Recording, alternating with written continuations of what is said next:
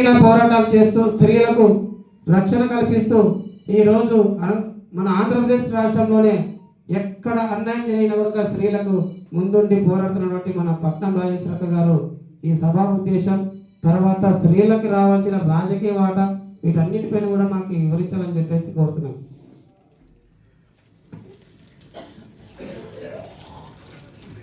అంత టైం ఇస్తున్నావా తమ్ముడు? నాకు బహుజన రాజ్యాధికార సమావేశ చర్చా కార్యక్రమానికి విచ్చేసినటువంటి అనంతపురం జిల్లా వాసులకు, అలాగే పక్క రాష్ట్రం నుంచి వచ్చినటువంటి సోదరి ఉమాదేవి గారికి, వేదిక మీద ఉన్నటువంటి పెద్దలకు అందరికీ కూడా ఎస్సీ ఎస్టీ బీసీ మైనార్టీ మహిళా ఐక్య వేదిక తరఫున జై భీములు తెలియజేస్తా ఉన్నా. రాజ్యాధికారం అనేది ఒక కీ లాంటిదే అని అంబేద్కర్ గారు చెప్పారు. అది రుచి చూస్తే తెలుస్తుంది అన్నారు. వాస్తవమే. ఆ రుచి చూసిన దానికే ఈరోజు 2 ప్రధాన పార్టీలు దాన్ని వదలకుండా పట్టుకున్నాయి. మనం రుచి చూడలేదు కాబట్టి మనకు దాని విలువ తెలియటం లేదు. ఏదైనా రుచి చూసినప్పుడు దాని విలువ తెలుస్తుంది. అందరం ఇక్కడ కూర్చొని మాట్లాడుకుంటున్నాం. గన్ షాట్ గా 2019లో జేఏసీ ఫామ్ అయ్యి రాజ్యాధికారంలో అడుగు పెడతామని. ఎట్లా పెడతాం? నువ్వు మాట్లాడుకొని పోతే అయిపోతుందా? ఒక పక్క ముగ్గురు ప్రధానులుండి, ఒక ఇంట్లో ముగ్గురు ప్రధానులుండి భారతదేశం కన్యాకుమారి నుండి కాశ్మీర్ వరకు పాదయాత్ర చేస్తే కనీసం గెలవాల ఒక నాయకుడు. పాదయాత్రలు చేస్తా ఉన్నారు రాజ్యాధికారం కోసం. మనమేమో ఒక 4, 10 మందిమి, 20 మందిమో, 100 మందిని ఇక్కడ కూర్చొని మాట్లాడుకుంటే, చర్చించుకుంటే రాజ్యాధికారం వస్తుందా? గ్రామాలలోకి వెళ్ళాలి, ప్రజల సమస్యల దగ్గరికి వెళ్ళాలి. ప్రజల సమస్యలు తెలుసుకొని ప్రజలను చైతన్యవంతం చేయకుండా మనం బహుజన రాజ్యాధికారం అనేది మాత్రం సాధ్యం కాదు.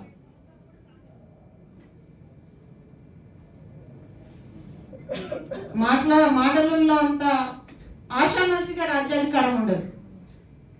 ఈరోజు విచ్చలవిడిగా డబ్బు ఖర్చు పెడతా ఉన్నారు రాజకీయ పార్టీలు. వాళ్ళతో పోటీ పడగలుగుతామా? పోటీ పడాలంటే మన జాతిని ఎడ్యుకేట్ చేయాలి కదా, మన జాతిని అవేర్నెస్ చేసుకోవాలి కదా, చైతన్యం చేసుకోవాలి కదా. మన జాతికి ఎవరికి ఓటు వేయాలనేది కూడా మనం చెప్పలేకపోతున్నాం. ఓటు ఎక్కడ పడుతుంది అనేది మనకు తెలియదు. మన ఓటు మనకి ఎక్కడ పడుతుంది అనేది తెలియదు. ఇవన్నీ మన చరిత్ర. ఇందాక అన్న చెప్పారు తిరుమలయ్య గారు, మన చరిత్ర తెలుసుకోకుండా మనం ఏమి చేయలేము. మన శత్రువు ఎవడో తెలుసుకోవాలి. ఆనంద్ అన్న గారు చెప్పారు మన శత్రువు ఎవరో. ప్రధానంగా మన శత్రువు బ్రాహ్మణులే. ఈ దేశాన్ని బ్రాహ్మణులే వెళ్తా ఉన్నారు. మనమేమో పూజ చేయాలంటే బ్రాహ్మణ్ని పిలుచుకుంటాం, పెళ్లి చేయాలంటే బ్రాహ్మణ్ని పిలుచుకుంటాం. మన ఇంట్లో తదిన కార్యక్రమాలు, బర్త్డే ఫంక్షన్లు ఏవి చేయాలనుకున్నా, ఏ ముహూర్తం పెట్టాలనుకున్నా బ్రాహ్మణులను పిలుచుకొని చేస్తాం. మన శత్రువుతో మనం కలిసి ఉన్నంత కాలం మనం రాజ్యాధికారం వైపు అడుగులు వేయగలుగుతామా అనేది ఆలోచించండి. ఎస్సీ ఎస్టీ బీసీ మైనార్టీ బాగుంది చెప్పుకోవడానికి, కానీ ఎక్కడ కలుస్తున్నాం? కలవడంలో మన లోపం ఏందో మనం దాని మీద చర్చించుకుందాం. మనం చర్చించుకొని అందరం ఐక్యంగా ముందుకు వెళ్ళి ప్రజలలోకి వెళ్ళి ప్రజలను చైతన్యం చేసినప్పుడే రాజ్యాధికారం వైపు మన అడుగులు పడతాయి. ఇది నా అభిప్రాయం. ఎవరికైనా నచ్చితే నచ్చకపోతే వాళ్ళ ఇష్టం. నా అభిప్రాయం నేను చెప్తా ఉన్నా. బీసీ ఎస్సీ ఎస్టీ మైనార్టీలు రాజ్యాధికారం వైపు అడుగులు వేయాలంటే మన వాళ్ళు ఇక్కడ ఉంటే రారని చెప్పి వివిధ పార్టీలలో పోయి వాళ్ళని అడుక్కోనో చేసుకోనో డబ్బులు ఖర్చు పెడతామన్నా డబ్బులు ఇచ్చో, పార్టీలకు ఫండ్ ఇచ్చో ఈరోజు సీట్లు తెచ్చుకొని గెలుచుకుంటున్నారు. గెలుచుకున్న తర్వాత వాళ్ళ సొంత అభిప్రాయాలు కూడా వాళ్ళు చెప్పలేక అక్కడ బానిసలుగా బతుకుతా ఉన్నారు. వాళ్ళు చేయాలనుకున్నా కూడా ఏ వర్గం నుంచి వాళ్ళు వచ్చింటారో ఆ వర్గానికి కూడా పని చేయాలనుకున్నా చేయలేని పరిస్థితి వాళ్ళది. ఎందుకంటే ఆ పార్టీ సిద్ధాంతాలు అట్లా ఉంటాయి. ఈరోజు మనం మాట్లాడే స్వేచ్ఛ పోగొట్టుకొని ఉన్నాం. మన అభిప్రాయం మనం గట్టిగా చెప్తే కేసులు అవుతున్నాయి, వాస్తవాలు చెప్తే కేసులు అవుతున్నాయి. ఇంకా దారుణమైనది ఏమంటే ఉపా చట్టాలు వచ్చినాయి. ఇప్పుడు నువ్వు ప్రభుత్వాన్ని విమర్శిస్తే నిన్ను ఉపా చట్టం కింద పెడతారు. కాబట్టి మనం మాట్లాడం.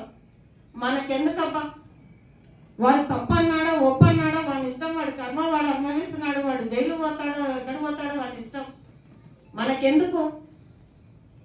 మనం ఎస్సీ ఎస్టీ బీసీ మైనార్టీ మహిళా ఐక్య వేదికనో ఎస్సీ ఎస్టీ బీసీ మైనార్టీ అనుకుంటూనో మనం రాజ్యాధికారం వైపు అడుగులేద్దాం. ప్రభుత్వాలు ఎవరినన్నా కొట్టని, ఎవరినన్నా చంపని, ఎవరినన్నా ఏమన్నా చేయాలి, మనం మాట్లాడొద్దు. మనకు కావాల్సింది రాజ్యాధికారం. ఒక్కసారి ఆలోచన చేయండి. అదేనా మనకు బాబాసాహెబ్ అంబేద్కర్ నేర్పించింది? అదేనా మహాత్మా జ్యోతిబా పూలే నేర్పించింది? ఆలోచన చేసుకొని ఆలోచనలు అడుగు పెడితే ఆ దిశగా మనం సక్సెస్ అవుతామేమో కానీ చరిత్ర తెలుసుకోకుండా, ప్రస్తుత రాజకీయాలను అవగాహన చేసుకోకుండా మనము ముందుకు వెళ్తే ఖచ్చితంగా దెబ్బతింటాం. అట్లని ముందుకు వెళ్ళొద్దు అని చెప్పాను నేను. కాకపోతే రాజకీయాలను అర్థం చేసుకోండి, ఏమి జరుగుతుందో టైం కేటాయించండి, పాలకులు ఏ విధంగా మన వైపు వస్తున్నారు అనేది తెలుసుకోండి.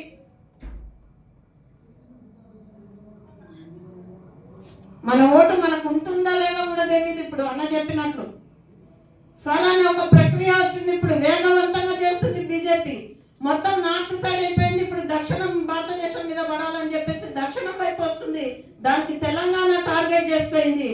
మొదట తెలంగాణలో అడుగు పెడతా, తర్వాత ఆంధ్ర, కేరళ, తమిళనాడుకు వస్తుంది. ఈరోజు భారతీయ జనతా పార్టీ అడుగు పెట్టందే ఈ దక్షిణ భారతదేశంలో. ఇక్కడ కాలు మోపాలని చూస్తుంది.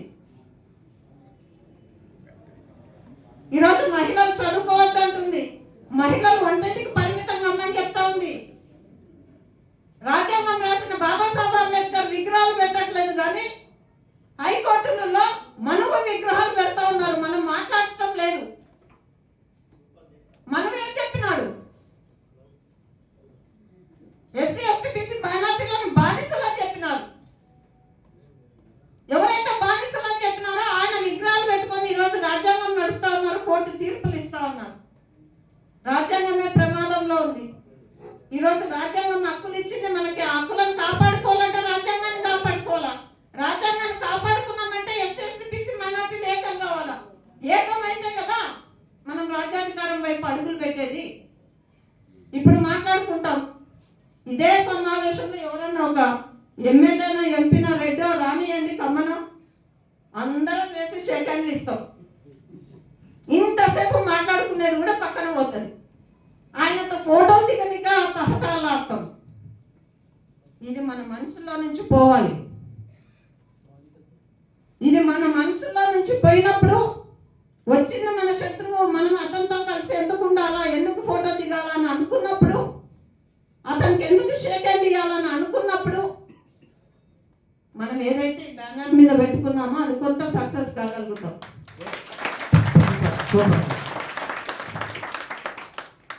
గ్రామాలకు వెళ్ళండి. ఇప్పుడే ఫోన్లు వస్తుంటే మన వాళ్ళకి ఏమి ఇంకా ఇంటికి రాలా అని, ఏడున్నావని మీ హోమ్ డిపార్ట్మెంట్ ఫోన్లు చేస్తుంటుంది. మీకు వస్తున్నా అని చెప్తారు. ఆ చెప్పే క్రమంలో ఏం మాట్లాడింటామో, ఏం వాగ్దానం చేసింటామో మర్చిపోతాం సాయంత్రం ఎట్టి వేసరికి. మహిళలు రావాలా. మా సోదరు చెప్పింది 33% కాదు, వాస్తవం. ఆకాశంలో సగం, అవనిలో సగం అని చెప్తా ఉన్నాం. ఈ జనాభాలో 50% పైగా మహిళలు ఉన్నారు. ఏ నియోజకవర్గం తీసుకోండి మహిళా ఓటు శాతం ఎక్కువ ఉంటుంది. కాదంటారా చెప్పండి? మహిళా ఓటు శాతం ఎక్కువగా ఉంటుంది, మహిళా ఓటర్లు ఎక్కువ ఉంటారు. ఈరోజు పాలకులు కూడా మహిళల్ని ఏ విధంగా మెస్మరైజ్ చేసి ఓట్లు వేయించుకోవాలని చేస్తా ఉన్నారు. మనం మాత్రం మహిళల దగ్గరికి వెళ్ళాం. మహిళల దగ్గరికి వెళ్ళాలి కదా, వాళ్ళ సమస్యలు ఏమో చూడాలి కదా. గ్రామాలలో చాలా సమస్యలు ఉన్నాయి మహిళలకి.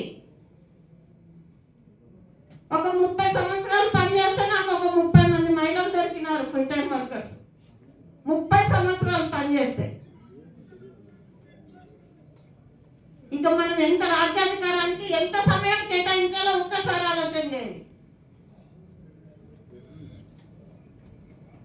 మననే పార్లమెంటులో మహిళా బిల్లు అని చెప్పి అందరు స్వీట్లు పంచుకున్నారు. ఆ బిల్లు వీగిపోయినప్పుడు మేము స్వీట్లు పంచినాం. ఎందుకంటే 33% జనరల్గా ఇస్తే ఈడ ఉన్నటువంటి పరిటాల సునీతతో నా చెల్లెలు మంచులో పోటీ పడగలుగుతుందా? కర్నూలులో బైరెడ్డి శబరితో నేను పోటీ పడగలుగుతానా? లేకపోతే భూమా అఖిల ప్రియతో నేను పోటీ పడగలుగుతానా? జనరల్ గా రిజర్వేషన్ ఇచ్చినప్పుడు మళ్ళీ రెడ్డమ్మ గారు, కమ్మదొరలు, కమ్మ వాళ్ళ భార్యలు, బ్రాహ్మణుల భార్యలు వీళ్ళు మాత్రమే వస్తారు. ఏ బోయ మహిళనో, ఏ కంసల మహిళనో, ఏ సుగాల మహిళనో, ఏ దళిత మహిళనో, ఏ మాదిక మహిళనో, మాల మహిళనో అధికారంలోకి రారు. వచ్చేదంతా కూడా రెడ్డమ్మ గారిలో, కమ్మగారులే వచ్చేది. కాబట్టి ఆ బిల్లు వీగిపోయినందుకు మేము స్వీట్లు పంచున్నాం. 50% రిజర్వేషన్ కావాల్సిందే మహిళలకి. అది కూడా మేమెంతో మా వాటా అంతా, ఎస్సీ ఎస్టీ బీసీ మైనార్టీల మహిళలు ఎంతమంది ఉన్నారో వాళ్ళ వాటా అంతా కావాలి అని చెప్పేసి మేము ఆ రోజు ఆ బిల్లు వీగిపోయినప్పుడు స్వీట్లు పంచాం.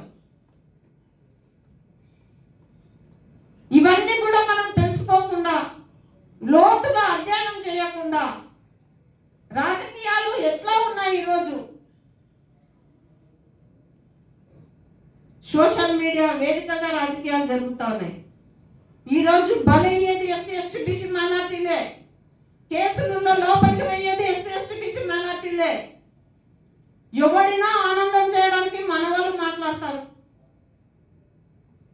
ఇంతకుముందు ఏదో ఇదే జిల్లా నుంచి వచ్చింది, బాగా కళ్ళల్లో ఆనందం చూడడానికి నేను మర్డర్ చేసినాను.